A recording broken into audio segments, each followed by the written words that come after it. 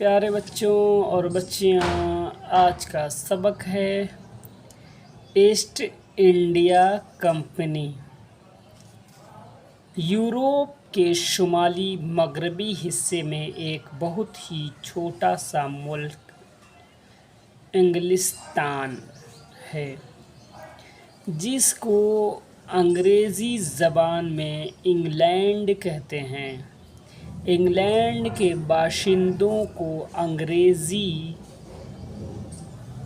کہا جاتا ہے۔ انگلستان کا دارالسلطنت لندن ہے، جو دنیا کے شہروں میں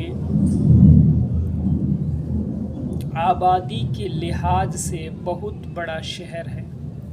جب مسلم بادشاہوں کے زمانے میں ہندوستان کی ترقی اور خوشحالی کا چرچا دنیا میں پھیلا تو یورپ کی بہت سی قوموں نے تجارت کے قصد سے ہندوستان کا رخ کیا۔ چنانچہ سب سے پہلے پرتگال کا سوداگر واسکو ڈی گاما اپنا تجارتی جہاز لے کر 904 ہجری مطابق 1498 میں ہندوستان پہنچا۔ پھر 1009 ہجری مطابق 1600 عیسوی میں ہائی لینڈ کے سوداگر آئے اور ہندوستان سے تجارت کر کے انہوں نے خوب دولت کمائی۔ جب ان سوداگروں کی کامیابی تجارت کا شہر یورپ میں پھیلا، تجارت کا شہرہ ہے، وہاں پر ویسے شہرت ہوتا ہے لیکن شہرہ یورپ میں پھیلا تو فرانس، جرمنی، ڈنمارک اور انگلینڈ کے تاجر بھی اپنے اپنے تجارتی جہاز لے کر ہندوستان کے ساحل پر اترے اور ساحلی شہروں میں منتشر ہو کر تجارت کرنے لگے۔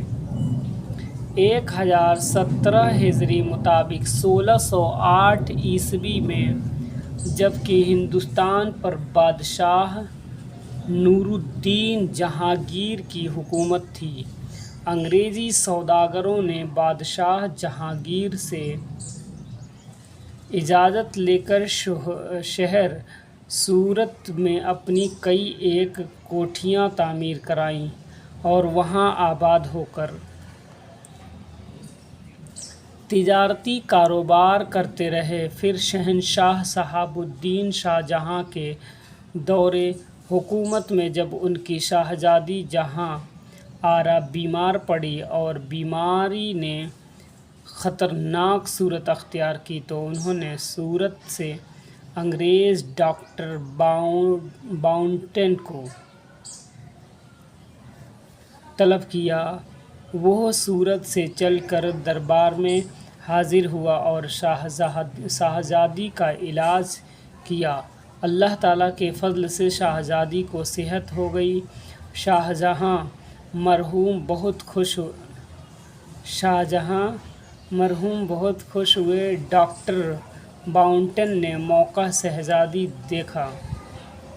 موقع سنہرا دیکھ کر اور کارکردگی کے انعام میں شاہجہاں بادشاہ سے 1048 ہجری مطابق 1638 میں ایک شاہی فرمان حاصل کیا کہ انگریز صوبہ بنگال میں بلا محصول دیے تجارت کر سکتے ہیں۔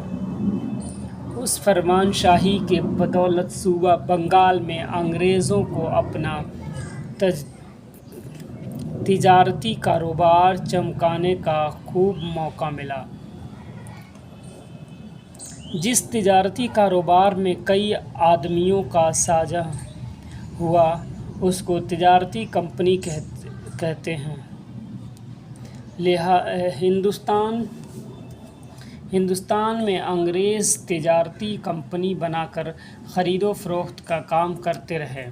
1119 ہجری مطابق 1707 عیسوی تک انگریزوں کی دو کمپنی الگ الگ تجارت کرتی رہی۔ پھر بعد میں انہوں نے آپس میں اتفاق کر کے ان دونوں کمپنیوں کو توڑ کر 1120 ہجری مطابق 1708 عیسوی میں ایک کمپنی بنا دیا اور اس کا نام ایسٹ انڈیا کمپنی رکھا۔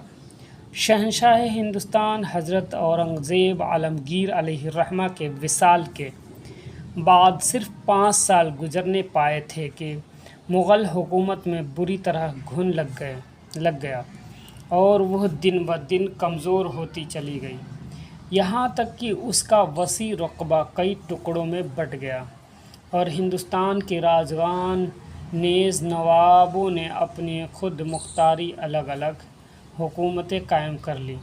یہ افراتفری دیکھ کر انگریز ساہوکاروں کو بھی ہندوستان میں اپنی انگریزی سلطنت قائم کرنے کا حوصلہ پیدا ہوا، چنانچہ ان کی ایسٹ انڈیا کمپنی نے اپنے ملازمین اور نوکروں کو جنگی تعلیم دلوائی اور بہت سے نئے سپاہیوں کو کمپنی کی فوج میں بھرتی کیا۔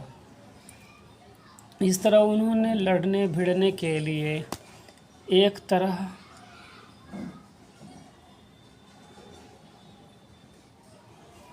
ایک لشکر تیار کر کے ہندوستان کی سلطنت میں دخل دینا شروع کر دیا۔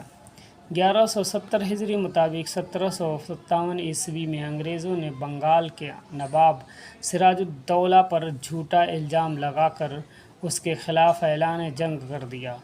نواب سراج الدولہ نے مقابلہ کی تیاری کی۔ جب پلاسی کے میدان میں انگریزی فوج اور نواب کے لشکر کا اجتماع ہوا تو انگریزوں نے اپنی فوجی طاقت کو کمزور سمجھ کر نواب کے وزیر جعفر کو پھوڑ لیا اور اس کو لالچ دے کر اپنا طرفدار بنایا۔ 6 شوال 1170 ہجری مطابق 24 جون 1757 عیسوی کو جنگ شروع ہوئی، لیکن جعفر کے فریب اور مکاری کے باعث نواب ہار گیا اور انگریزوں کی فتح ہوئی۔ اس فتح سے انگریزوں کا حوصلہ بڑھا اور پورے بنگال پر سیاسی حیثیت سے چھا گئے۔ 1769 ہجری مطابق 1765 عیسوی میں انگریزوں نے مغل حکومت کے برابر نام بادشاہ شاہ عالم سے الہ آباد، بنگال، بہار، اڑیسہ کے متعلق ایک شاہی فرمان حاصل کیا، جس سے ان صوبوں کی سلطنت ایسٹ انڈیا کمپنی کے حوالے ہو گئی۔ اب ہندوستان میں انگریزوں کی بھی باقاعدہ حکومت قائم ہو گئی۔ اس کے بعد سے دہلی کے مغل بادشاہ صرف نام کے بادشاہ ہوتے رہے۔ انگریزوں نے انہیں پنشن دے کر حکمرانی کے اختیارات ان سے چھین لیے تھے۔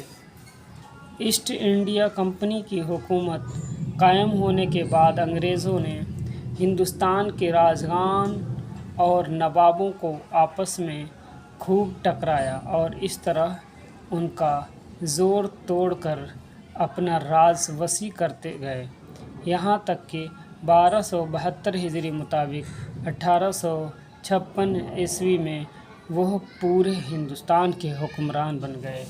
یہ ہیں ایسٹ انڈیا کے مالک لوگ جو ہندوستان کو توڑ پھوڑ اور بکھیر دیا۔ یہ سازشیں چلتی رہتی ہیں عزیز بچے اور بچیاں، آپ لوگ پڑھ کے دیکھیں اور سبق سے یہ دھیان دیں کہ کس طریقے سے لوگوں نے ہندوستان کو توڑنے کی کوشش کی۔ آج بھی ہندوستان ٹوٹتا پھوٹتا بکھرتا ہوا کبھی کبھی نظر آتا ہے۔ ہماری یہی تمنا ہے کہ ہر کوئی اخلاق و محبت اور حسن کا پیکر بکھیرے تاکہ آنے والے وقت کے لیے ہمارا انڈیا، ہمارا ہندوستان ایک ساتھ رہے۔ اور ہر ایک کے ساتھ کاندھے سے کاندھا ملا کر کے اپنے دیش کو، اپنی حکمرانی کو، اپنے تمام قواعد و قانون کو ایک ساتھ رکھیں۔ عزیز بچے اور بچیاں، سمجھ میں آئے تو لائک سبسکرائب کرنا نہ بھولیں اور شیئر ضرور کریں۔